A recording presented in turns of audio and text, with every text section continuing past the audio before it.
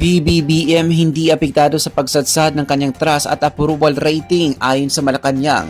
Tiniyak ng Malacanang na hindi apektado si Pangulong Ferdinand Marcos Jr. sa pagsadsad ng kanyang trust and approval rating batay sa pinaka-latest na survey.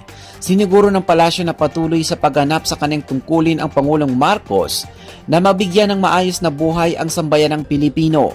Ayon kay Palace Press Officer Yussi Claire Castro, ang nasabing survey ay naisakatuparan sa pamamagitan ng partisipasyon ng 2,400 na respondents, ngunit hindi ito kumakatawan sa pangkalahatang sentimiento ng buong Pilipinas.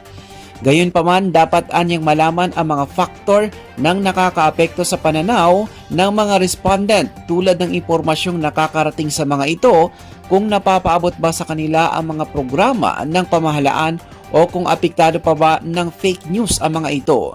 Si Pangulong Marcos naman, aniya, anuman ang maging resulta ng survey, tuloy lamang sa trabaho, sa paggawa ng tama at sa kung ano ang pinaninindato o pinaniniwalaan ng batas at hindi kung ano ang dinidikta ng iilan.